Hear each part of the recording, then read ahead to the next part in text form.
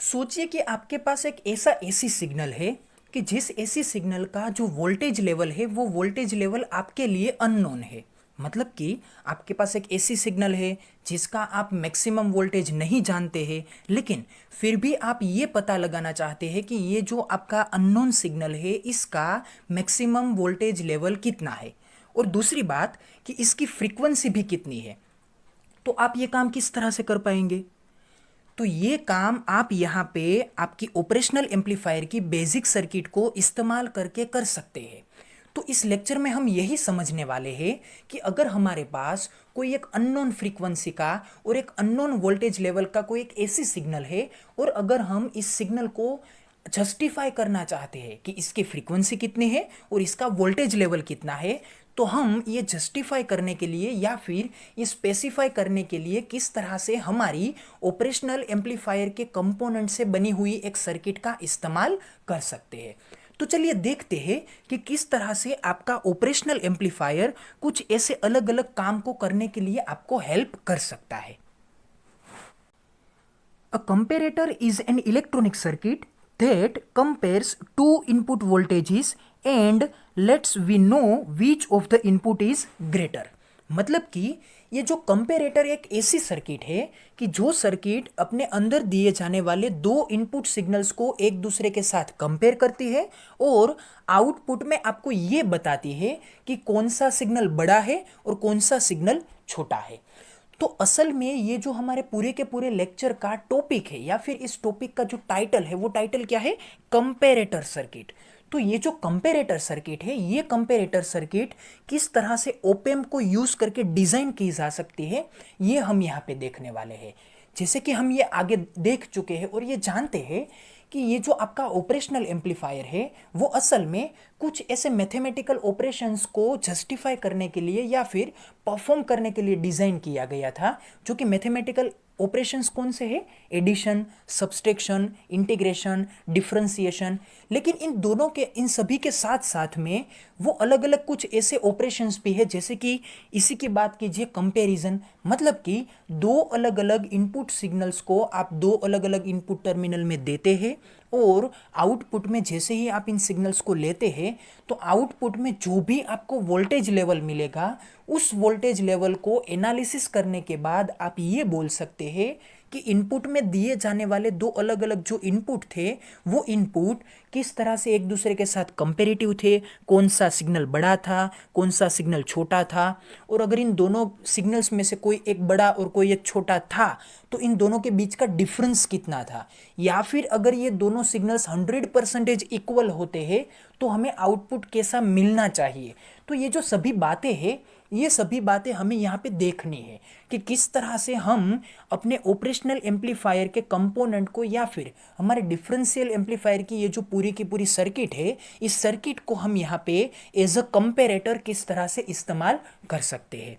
तो जैसे कि हमने यहाँ पे पहली डेफिनेशन में देखा कि कंपेरेटर एक ऐसी सर्किट है जो कि अपने अंदर दिए जाने वाले अलग अलग इनपुट के बीच का जो कंपैरिजन है, मतलब कि कौन सा सिग्नल बड़ा है और कौन सा सिग्नल छोटा है, ये आपको आउटपुट के वोल्टेज के लेवल के कंपैरिजन में ये बता सकती है। जो कि ये क्या बन के जाती है? इसकी डेफिनेशन बनती है। आगे देखिए, the output of op amp circuit depends on the polarity of the difference between the two input voltages. मतलब कि ये जो आपका आउटपुट वोल्टेज है वो आउटपुट वोल्टेज असल में इनपुट में दिए जाने वाले जो भी सिग्नल होते हैं इन सभी सिग्नल की पोलैरिटीज़ के ऊपर डिपेंडेंट होता है। क्योंकि हम ये बेसिक कंसेप्ट में जानते हैं कि ऑपरेशनल एम्पलीफायर में एक टर्मिनल कैसा होता है? एक होता है इन्वर्टिंग इनपुट टर्मिनल, तो दूसरा कैसा होता है? Non inverting input terminal. मतलब कि अगर एक सिग्नल में से आप यहाँ पे सिग्नल देते हैं तो ये आउटपुट में क्या होगा? इन्वर्टेड होगा। लेकिन अगर दूसरे इनपुट टर्मिनल में से आप सिग्नल देते हैं तो यही सिग्नल आपको आउटपुट में नॉन इन्वर्टेड मिलेगा। तो यहाँ पे ये जो पूरी की पूरी गेम है, ये जो पूरी की पूरी यहाँ पे कंसेप्ट की सिचुएशन है, वो सिचुएशन किसके ऊपर डिपेंडेंट है? वो यहाँ पे इनपुट टर्मिनल्स और इनपुट सिग्नल की पोलैरिटीज के ऊपर डिपेंडेंट है। तो हमें यहाँ पे इन सभी बातों को धीरे धीरे से समझना है कि किस तरह से मैं सिग्नल्स को अप्लाई करता हूँ तो मुझे किस टाइप का आउटपुट मिलना चाहिए। तो देखिए, अभी हम यहाँ पे एक ऐसे कंसेप्ट के बारे में बात करने वाले हैं जो कि कुछ इस तरह के ऐसे सिग्नल्स को जब आप यहाँ पे सेम पोलैरिटी में यूज करते हैं तो ये किस तरह से आपको आउटपुट देता है। देखिए, the circuit makes use of very high gain in open loop state of operational amplifier as shown in the figure। तो देखिए, यहाँ पे एक वर्ड आपको याद रखना चाहिए, ओपन लूप स्टेट। तो ओपन लूप का मतलब क्या है? देखिए, यहाँ पे ये क्या है? इनपुट टर्मिनल नंबर 1, ये है इनपुट टर्मिनल नंबर 2 और ये क्या है? Output terminal. तो यहाँ पे देखिए कि इस आउटपुट टर्मिनल को मैंने कोई भी ऐसे वायर या फिर कोई भी ऐसे रजिस्टर के थ्रू इनपुट के साथ कनेक्ट नहीं किया है। तो इसका मतलब क्या हुआ कि मैंने आउटपुट सिग्नल का कोई भी पोर्शन आउटपुट में से लेकर इनपुट में फेड इन नहीं किया है, जिसका जाहिर सा मतलब ये होता है कि मैंने यहाँ पे कोई भी फीडबैक की सिचुएशन को यहाँ पे यूज़ नहीं किया है। अगर मैंने इसे फीडबैक नहीं दिया है तो इसका मतलब ये होता है कि इसमें कोई भी लूप क्रिएट नहीं हुआ है कि जो लूप आपके आउटपुट के सिग्नल्स को इनपुट में फेड इन कर सके। तो ऐसी सर्किट के कंस्ट्रक्शन को हम क्या बोलेंगे? ओपन लूप बोलेंगे, क्योंकि यहाँ पे कोई भी लूप नहीं बना है। अगर मैंने यहाँ पे कोई भी आउटपुट के सिग्नल को इनपुट में देने के लिए कोई इस तरह का लूप प्रिपेयर किया होता तो इसे मैं क्या बोलता? क्लोज लूप स्टेट बोलता, जिसे कि हम क्या बोलते हैं? इसे हम बोलते हैं फीडबैक सिचुएशन। तो ऐसी फीडबैक सिचुएशन जब हम यहाँ पे एडर या फिर सब्ट्रैक्टर या फिर इंटीग्रेटर या फिर डिफरेंशिएटर ऐसी सर्किट डिजाइन करते हैं तो कुछ इसी तरह की स्टेट हमें यहाँ पे प्रिपेयर करनी पड़ती है। लेकिन इस कंपैरिजन की सिचुएशन में या फिर इस कंपैरेटर सर्किट के डिजाइनिंग में हमें कोई भी ऐसे लूप को प्रिपेयर करने की आवश्यकता नहीं है। तो इसके कारण हम यहाँ पे इस सर्किट को क्या बोलते हैं? इसे हम बोलते हैं open loop state of operational amplifier. तो आपको ये बात अच्छी तरह से एक याद रखनी चाहिए। दूसरी बात कि यहाँ पे गेन कैसा होना चाहिए? वेरी हाई होना चाहिए। ऐसी बात क्यों बोली जाती है कि यहाँ पे गेन वेरी हाई होना चाहिए? अब देखिए, इनपुट सिग्नल अगर बहुत ही वीक है, मतलब कि जैसे कि मैंने आपको इस वीडियो के शुरुआत में बोला था कि हमें यहाँ पे कौन सा टास्क करना है। टास्क हमारे पास ये है कि हमारे पास एक अननोन वोल्टेज लेवल का एक एसी सिग्नल है जिसकी फ्रीक्वेंसी भी अननोन है और इसका पीक वोल्टेज का जो लेवल है वो भी हमारे लिए अननोन है। तो अब हमें क्या करना है? ये जो पूरा का पूरा सिग्नल है, इस सिग्नल के वोल्टेज और फ्रीक्वेंसी के बारे में हमें पता लगाना है। तो जाहिर सी बात है कि ये अननोन वोल्टेज या तो 100 वोल्ट भी हो सकता है या फिर 0.0001 वोल्ट भी हो सकता है, मतलब कि ये तो कोई भी वोल्टेज लेवल पे हो सकता है। तो अगर आपका ये डिफरेंशियल एम्पलीफायर या फिर आपका ये operational amplifier enough voltage gain के साथ कैपेबल नहीं है तो ये ऐसे बहुत ही वीक सिग्नल को आउटपुट में ये जस्टिफाई नहीं कर पाएगा, क्योंकि हमारे एम्पलीफायर का जो बेसिक पर्पस है वो क्या है कि वीक से वीक सिग्नल को आपको आउटपुट में एम्पलीफाई करके अच्छी तरह से इसे रीडेबल बनाना है, क्योंकि 0.0001 वोल्टेज लेवल का सिग्नल आउटपुट में अगर ये एम्पलीफाई नहीं हो पाएगा तो ये रीडेबल नहीं होगा। अगर ये रीडेबल नहीं होगा तो हम ये कैसे चेक कर पाएंगे कि ये हमारा इनपुट का जो वोल्टेज है वो वोल्टेज लेवल कितना है। तो इसके कारण अगर आपका एम्पलीफायर का वोल्टेज गेन अगर बहुत ही ज़्यादा है तो ये हमारे लिए आसानी रहेगी कि ये कम से कम वोल्टेज के लेवल को ये क्या कर पाएगा? अच्छी तरह से एम्पलीफाई कर पाएगा और आउटपुट में इसे हम अच्छी तरह से रीड कर सकेंगे। तो ये दो अलग अलग प्रॉपर्टी है या फिर दो ऐसी एक नई बातें हैं जो कि आपको कंपैरेटर सर्किट के बारे में याद रखनी चाहिए। एक बात कौन सी है? ओपन लूप स्टेट होनी चाहिए ऑपरेशनल एम्पलीफायर की। दूसरी बात कि यहाँ पे इसका जो गेन है वो एज पॉसिबल एज मैक्सिमम होना चाहिए। ये दो बात आपको अच्छी तरह से दिमाग में याद रखनी है। अब देखिए, it do not require any external passive components, मतलब कि ये जो पूरी की पूरी कंपैरेटर सर्किट है, ये कंपैरेटर सर्किट कोई भी ऐसे पैसिव कंपोनेंट्स की डिमांड नहीं करती है जो कि पूरी की पूरी सर्किट को डिजाइन करने के लिए आपको हेल्प करे। तो जैसे कि हम जानते हैं कि एडर सर्किट में हम यहाँ पे 4 अलग अलग रेजिस्टर्स इस्तेमाल करते हैं, तीन हमारे अलग अलग तीन इनपुट के लिए, और दूसरा एक रजिस्टर फीडबैक के सिचुएशन में आप RF के तौर पे यूज़ करते हैं। कुछ इसी तरह से आप सबट्रैक्टर सर्किट में भी हेल्पिंग कंपोनेंट के बतौर में क्या यूज़ करते हैं, ऐसे पैसिव कंपोनेंट के फॉर्म में रजिस्टर इस्तेमाल करते हैं। कुछ इसी तरह से आप इंटीग्रेटर और डिफरेंशिएटर सर्किट में भी कैपेसिटर्स और रजिस्टर्स का इस्तेमाल करते हैं, चूँकि एक फीडबैक में होता है तो एक दूसरा इनपुट में होता है, चूँकि हमारी एक डिमांड के ऊपर डिपेंडेंट होता है। तो बताने की बात यह है कि ये जो चारों की चारों सर्किट है जो कि अलग अलग मैथमेटिकल ऑपरेशंस को कंप्लीट करके देती है, इसमें आप यहाँ पे हेल्पिंग कंपोनेंट के तौर पे कुछ ऐसे पैसिव कंपोनेंट्स का क्या करते हैं, इस्तेमाल करते हैं। तो यहाँ पे आप देख सकते हैं कि डायरेक्टली दोनों टर्मिनल्स में इनपुट दिया जाता है और डायरेक्टली यहाँ पे आउटपुट लिया जाता है। मतलब कि कोई भी यहाँ पे passive component as a helping component use नहीं हुआ है। तो it do not require any external passive components, जो कि यहाँ पे आपकी पूरी की पूरी सर्किट को क्या करता है, रिलायबल बनाता है या फिर डिज़ाइन करने में आसानी बनाता है। क्योंकि हमें यहाँ पे अगर कोई एक्सटर्नल कंपोनेंट्स इस्तेमाल नहीं करने पड़ेंगे तो आपकी सर्किट ऐसे ही बहुत ही कम टाइम में प्रिपेयर हो जाएगी और इसे हैंडल करने में भी इतनी ही आसानी रहेगी। तो ये कुछ ऐसे टॉपिक्स थे या फिर ये कुछ ऐसी टर्म्स थी जो कि आपको कंपैरेटर सर्किट के बारे में याद रखनी चाहिए। अब हम यहाँ पे डायरेक्टली इसके ऑपरेशंस के बारे में देखेंगे, लेकिन जो इंपॉर्टेंट टर्म्स थी वो आपको मैं थोड़ी देर रिकॉल करके बता देता हूँ। कि एक थी इसकी डेफिनेशन, कि ये इनपुट में दिए जाने वाले दोनों सिग्नल्स को कंपेयर करके आउटपुट में ये बताता है कि कौन सा सिग्नल बड़ा है और कौन सा सिग्नल छोटा। तो इसे हम क्या बोलेंगे, कंपैरेटर सर्किट। बाद में हमने ये देखा कि ये जो इसका आउटपुट है वो आउटपुट 100% इनपुट में दिए जाने वाले सिग्नल्स की पोलैरिटी के कंपैरिजन के ऊपर डिपेंडेंट रहता है। फिर हमने ये देखा कि इस पूरे के पूरे ऑप एम्प में इसका जो गेन है वो गेन मैक्सिमम होना चाहिए, और दूसरी बात कि ये ओपन लूप स्टेट में कंस्ट्रक्ट होना चाहिए, मतलब कि इसमें कोई भी फीडबैक देने की जरूरत नहीं है। बाद में हमने क्या देखा, it do not require any external passive components, जो कि एडर, सबट्रैक्टर, इंटीग्रेटर और डिफरेंशिएटर इन सभी सर्किट्स में इस्तेमाल होते हैं। ऐसे एक्सटर्नल पैसिव कंपोनेंट की यहाँ पे कोई भी रिक्वायरमेंट नहीं है। तो ये सब बातों को देखने के बाद अब हम यहाँ पे देखते हैं कि ये जो आपकी पूरी की पूरी सर्किट है, इस सर्किट का यहाँ पे एक्सप्लेनेशन क्या बन के आता है। देखिए यहाँ पे दो इनपुट टर्मिनल्स हैं और इन दोनों इनपुट टर्मिनल में दो अलग अलग सिग्नल्स दिए जा चुके हैं। तो देखिए पहले इस सिग्नल्स को देख लीजिए कि इस सिग्नल में ये जो आपका V1 वोल्टेज लेवल है और ये जो आपका V2 वोल्टेज लेवल है, इन दोनों के बीच में थोड़ी सी हाइट का डिफरेंस है। तो ये हाइट का डिफरेंस मैंने यहाँ पे जानबूझ के रखा है, जिसके कारण आपको ये समझने में आसानी रहे कि कौन सा सिग्नल यहाँ पे लार्ज है और कौन सा सिग्नल यहाँ पे स्मॉल है। तो देखिए यहाँ पे ये जो आपका V2 टर्मिनल है, इसमें दिया जाने वाला जो सिग्नल है, इसके पिक वोल्टेज का लेवल जो है वो हाई है, मतलब कि ये V2 सिग्नल क्या है, लार्ज है।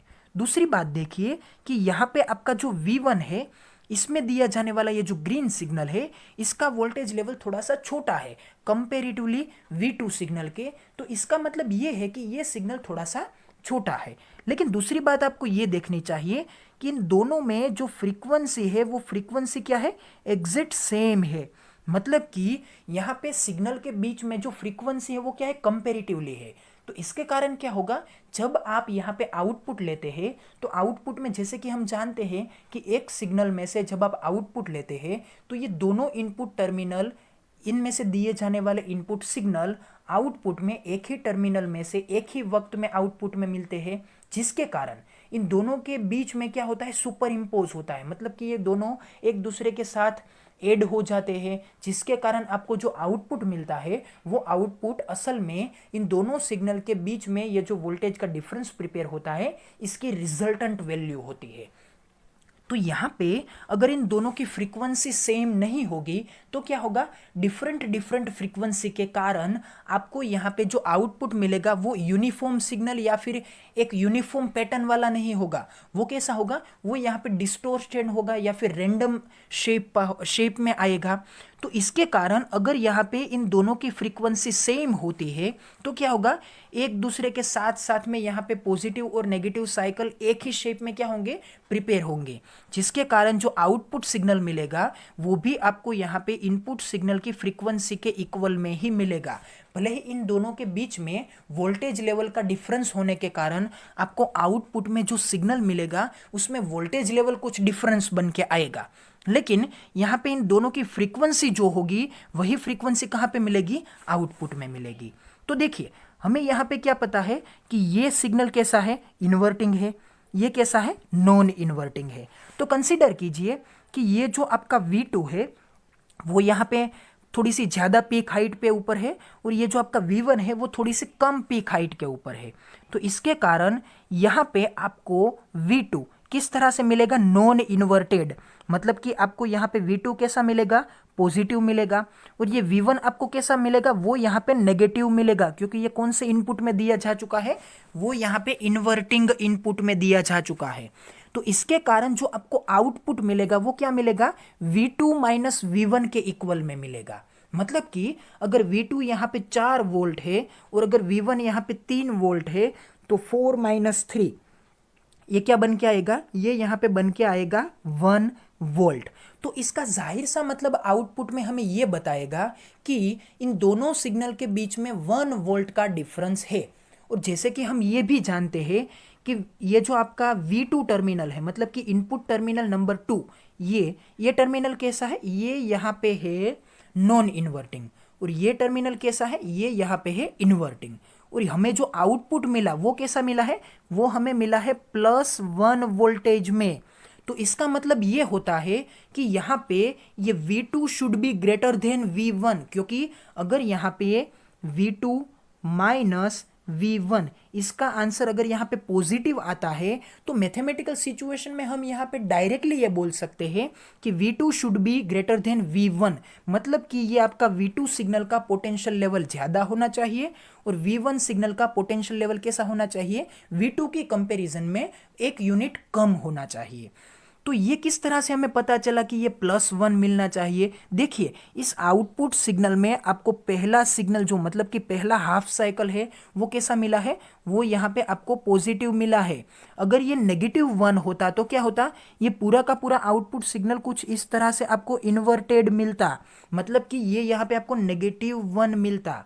तो अगर यहाँ पे आपने दोनों सिग्नल्स को ओपोजिटली अप्लाई किया होता, मतलब कि जो सिग्नल यहाँ पे V2 में है इसे आप V1 में अप्लाई कीजिए और जो सिग्नल V1 में है इसे आप V2 में अप्लाई कीजिए, तो क्या होगा, ये V2 सिग्नल जो है वो यहाँ पे क्या बन जाएगा, वो V1 के इक्वल में, मतलब कि ये बन जाएगा 3 वोल्ट और ये V1 क्या बन जाएगा, ये बन जाएगा 4 वोल्ट। अब क्या होगा, यहाँ पे आउटपुट तो एक ही टाइप का है, तो यहाँ पे ये जो आपका इन्वर्टिंग टर्मिनल है वो यहाँ पे अब क्या होगा, -4 वोल्ट, और ये जो आपका नॉन इन्वर्टिंग टर्मिनल है वो यहाँ पे क्या होगा, +3 वोल्ट। तो आंसर क्या बनेगा, -1, जिसके कारण ये आपका आउटपुट का सिग्नल यहाँ पे इन्वर्टेड फॉर्मेट में आपको कुछ इस तरह से मिलेगा। तो इसका जाहिर सा मतलब क्या होगा कि अब की सिचुएशन में आपका ये V1 जो है वो लार्ज सिग्नल है और ये आपका V2 सिग्नल कैसा है, स्मॉल सिग्नल है। तो यहाँ पे हमने ऑर्डिनरी सिग्नल्स की कंपैरिजन देखी कि कौन सा सिग्नल बड़ा है और कौन सा सिग्नल छोटा है, ये हम यहाँ पे स्पेसिफाई कर सकते हैं। लेकिन आपको एक लास्ट में एक स्टेटमेंट बोल देता हूँ कि हमने यहाँ पे 2 इनपुट सिग्नल को इस्तेमाल किया है, लेकिन आउटपुट में सिर्फ और सिर्फ एक ही सिग्नल का इस्तेमाल किया है। तो आपको एक वीडियो लेक्चर अगर अभी तक नहीं देखा है तो आपको वो देख लेना चाहिए, जो कि मैंने बना के दिया है। जो आपके इनपुट टर्मिनल और आउटपुट टर्मिनल होता है, इन दोनों के बीच में किस तरह से इन्वर्टिंग टर्मिनल बनते हैं और किस तरह से नॉन इन्वर्टिंग टर्मिनल बनते हैं। और ये भी मैंने आपको बताया था कि वहाँ पे आप किस तरह से 2 अलग अलग सिचुएशन में इनपुट दे सकते हैं और 2 अलग अलग सिचुएशन में आउटपुट आप यहाँ से ले सकते हैं। उस वीडियो की जो लिंक है वो लिंक मैं यहाँ पे इस वीडियो के डिस्क्रिप्शन में रख दूंगा, आप वहाँ से वो वीडियो देख सकते हैं, ताकि आपको ये समझने में आसानी रहेगी कि किस तरह से यहाँ पे 2 सिचुएशन में इनपुट दिया जा सकता है और 2 सिचुएशन में आउटपुट लिया जा सकता है। तो ये कंक्लूजन हमें ये याद रखना है कि हमें यहाँ पे सिर्फ और सिर्फ सिंगल एंडेड आउटपुट का जो कंडीशन है उस कंडीशन को ही यहाँ पे फॉलो करना है। मतलब कि आउटपुट आपको यहाँ पे किसी एक टर्मिनल के साथ कनेक्ट करना है और दूसरे को क्या कर देना है, नॉट कनेक्टेड रखना है। मतलब कि दो आउटपुट में से आपको सिर्फ और सिर्फ एक आउटपुट को ही यहाँ पे इस्तेमाल करना है। सो आई होप कि यहाँ पे आपको दो ऐसे कुछ ऑर्डिनरी इनपुट के बीच में किस तरह से आप कंपैरिजन लेकर ये बोल सकते हैं कि कौन सा सिग्नल बड़ा है और कौन सा सिग्नल छोटा है, जो कि मैंने आपको यहाँ पे अच्छी तरह से समझा दिया है और आपको भी ये अच्छी तरह से समझ में आ गया होगा। अब हमें उसके आगे बढ़ना है और ये देखना है कि जो मैंने आपको पहले टास्क बताया था वो टास्क आप यहाँ पे किस तरह से परफॉर्म कर सकते हैं। Op amp comparator compares one analog voltage level with another analog voltage level और some present reference voltage level V reference and produces an output signal based on this comparison. तो ये बात आप अब यहाँ पे याद रखिए, जो कि मैंने आपको टास्क बोला था वो टास्क अब यहाँ से शुरू होता है कि हमने यहाँ पे आगे ये देखा था कि ये जो आपके दो अलग अलग इनपुट टर्मिनल है इसमें अगर आप कुछ इस तरह से दो अलग अलग इनपुट वोल्टेज लेवल देते हैं तो आउटपुट में ये आपको क्या देते हैं, ये आपको ये बता सकते हैं कि कौन सा सिग्नल बड़ा है और कौन सा सिग्नल छोटा है। तो अगर मैं इस थोड़ी सी सिचुएशन को मॉडिफाई करता हूँ और मेरे लिए रिलायबल बनाता हूँ तो मैं क्या करूँगा, ये मेरा जो ये इनपुट वोल्टेज V2 है, इस V2 को मैं यहाँ पे क्या करता हूँ, V2 को मैं यहाँ पे एक रेफरेंस वोल्टेज के तौर पे यहाँ पे इस्तेमाल करता हूँ। मतलब कि ये जो मेरा एक V2 टर्मिनल है, इस V2 टर्मिनल के ऊपर मैं अपना एक फ्रीक्वेंसी जनरेटर इस्तेमाल करता हूँ जो कि अलग अलग फ्रीक्वेंसी और अलग अलग वोल्टेज लेवल को ये यहाँ पे क्या कर सकता है, प्रिपेयर कर सकता है। मतलब कि ये मेरी नीड के अनुसार, मतलब कि मेरी ये रिक्वायरमेंट के बेसिस के ऊपर ये यहाँ पे वेरी हो सकता है, जो कि मैं यहाँ पे फ्रीक्वेंसी जनरेटर की हेल्प से कर सकता हूँ। तो मैं फ्रीक्वेंसी जनरेटर कहाँ पे कनेक्ट करता हूँ, इस V2 टर्मिनल के साथ कनेक्ट करता हूँ। और ये जो मेरा अननोन सिग्नल है वो अननोन सिग्नल मैं कहाँ पे कनेक्ट करता हूँ, वो मैं यहाँ पे V1 टर्मिनल के साथ कनेक्ट करता हूँ। तो देखिए अब मैं क्या करूंगा कि इस V1 टर्मिनल के साथ मैंने एक ऐसे अननोन वोल्टेज लेवल वाले सिग्नल को कंपेयर किया है कि जिसका वोल्टेज लेवल मुझे पता नहीं है।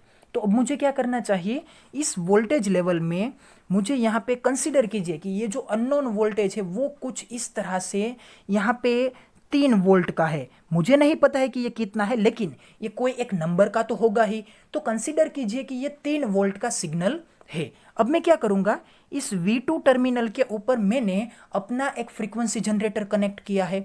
ये फ्रीक्वेंसी जनरेटर 0 वोल्ट से लेकर कुछ एक हद तक वोल्टेजिस लेवल को अप्लाई कर सकता है। तो मैं क्या करूंगा, पहले यहाँ पे V2 के ऊपर क्या वोल्ट अप्लाई करूंगा, 0 वोल्ट अप्लाई करूंगा। तो क्या होगा, यहाँ पे देखिए V1 कैसा टर्मिनल है, ये यहाँ पे इन्वर्टिंग टर्मिनल है। तो ये जो आपका V1 होगा वो यहाँ पे आउटपुट में क्या बनेगा, नेगेटिव V1 बनेगा। लेकिन ये जो आपका V2 है ये कैसा टर्मिनल है, ये यहाँ पे नॉन इन्वर्टिंग टर्मिनल है। मतलब कि ये V2 आउटपुट में क्या बनेगा, प्लस V2 बनेगा। तो ये जो पूरा का पूरा आउटपुट है वो क्या डिपेंड होगा, V2 माइनस V1। तो देखिए V1 तो यहाँ पे क्या है, 3 वोल्ट है। और अभी मैंने यहाँ पे ये जो मेरा फ्रीक्वेंसी जनरेटर का सिग्नल है, इस सिग्नल का वोल्टेज लेवल कितना रखा है, 0 रखा है। तो V2 के इक्वल में क्या आएगा, ये आएगा यहाँ पे 0। तो इसके कारण क्या होगा, यहाँ पे होगा 0 माइनस 3, जो कि बन के आएगा -3। मतलब कि अभी मुझे यहाँ पे एक इन्वर्टेड सिग्नल आउटपुट में मिलेगा। तो अभी यहाँ पे आउटपुट का जो वोल्टेज रेटिंग है वो मुझे यहाँ पे -3 बता रहा है। फिर मैं क्या करता हूँ, फिर मैं फ्रीक्वेंसी जनरेटर को इस्तेमाल करके वोल्टेज लेवल को थोड़ा सा अप करता हूँ और इसे मैं 0 से कहाँ तक ले जाता हूँ, 1 तक ले जाता हूँ। तो अब ये क्या होगा, 1 माइनस 3। तो अब ये क्या बनेगा, -2। मतलब कि आउटपुट सिग्नल में जो आपको इन्वर्टेड आउटपुट मिल रहा है उसका वोल्टेज लेवल थोड़ा सा क्या होगा, डाउन होगा और ये बनेगा -2। तो फिर से अभी मैं यहाँ पे 1 की बजाय कितना अप्लाई करता हूँ, 2 वोल्ट अप्लाई करता हूँ। तो क्या होगा, 2 माइनस 3 विल बी -1। तो अभी ये थोड़ा सा फिर से एम्पलीट्यूड डिक्रीज होगा। फिर मैं क्या करता हूँ, यहाँ पे फिर से मैं यहाँ 3 वोल्ट अप्लाई करता हूँ। तो 3 माइनस 3, अब ये क्या बन जाएगा, जीरो, मतलब कि आउटपुट वोल्टेज लेवल क्या बन जाता है, जीरो। तो अगर किसी सिग्नल का वोल्टेज लेवल जीरो है तो इसका जाहिर सा मतलब क्या होगा कि ये एग्जैक्ट आपको स्ट्रेट लाइन मिलेगी, मतलब कि इसमें कोई भी पॉजिटिव और नेगेटिव पिक्स आपको देखने को नहीं मिलेंगे।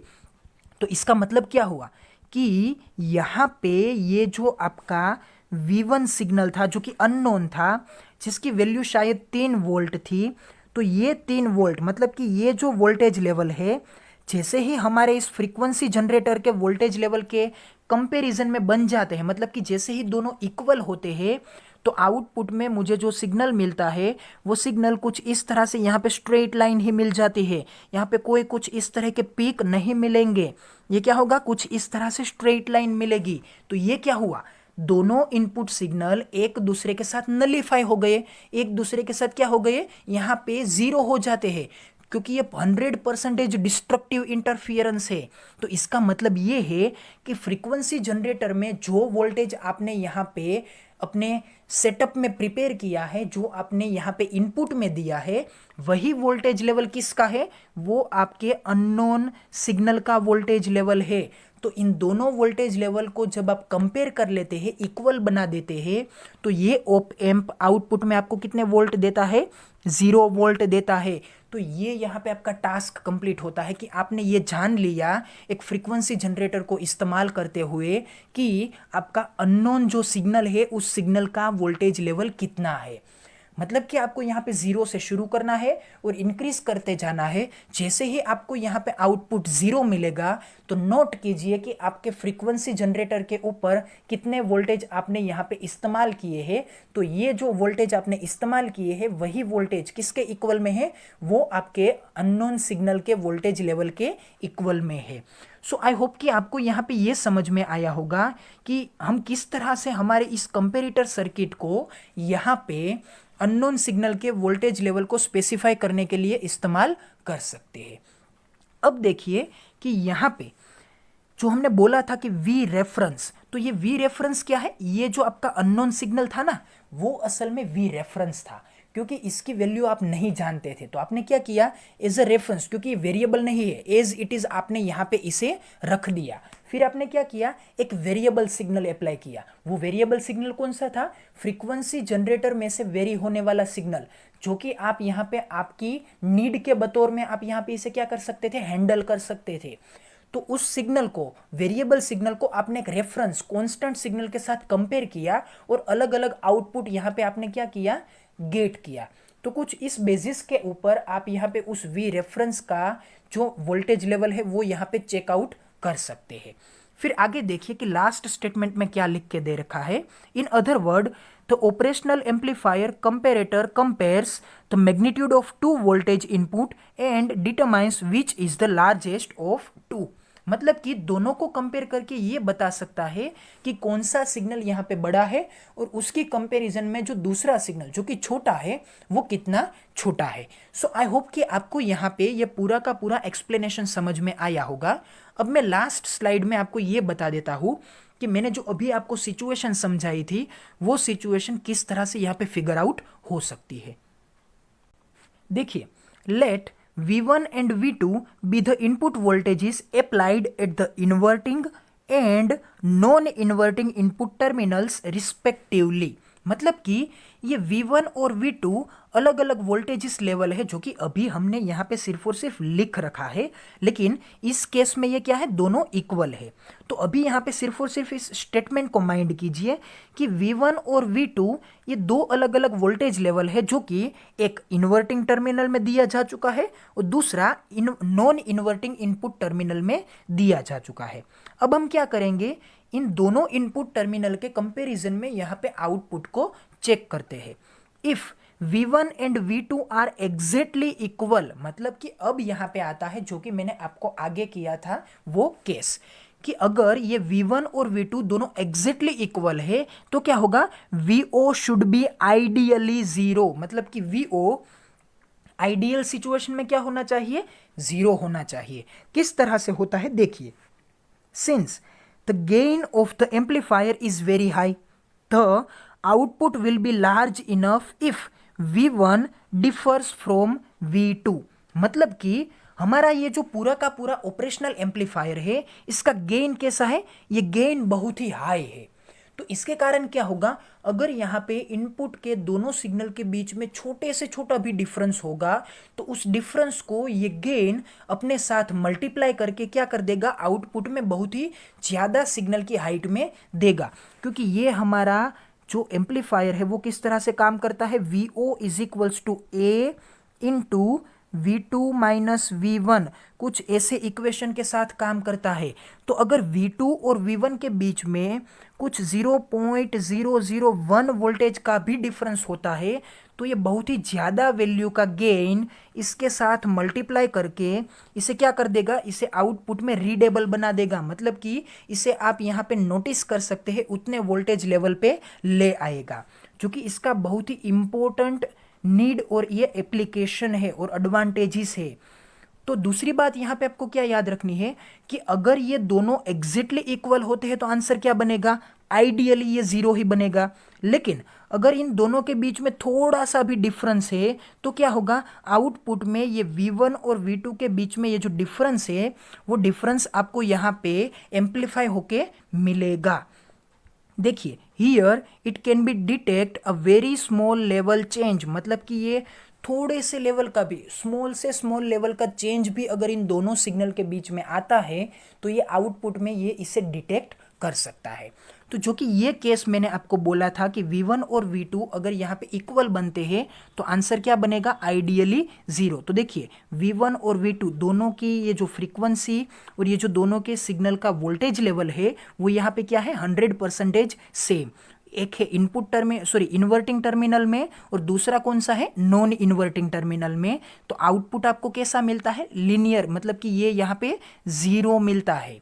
तो कुछ इस तरह से आप यहाँ पे अननोन सिग्नल का वोल्टेज लेवल और फ्रीक्वेंसी यहाँ पे क्या कर सकते हैं, डिटरमाइन कर सकते हैं।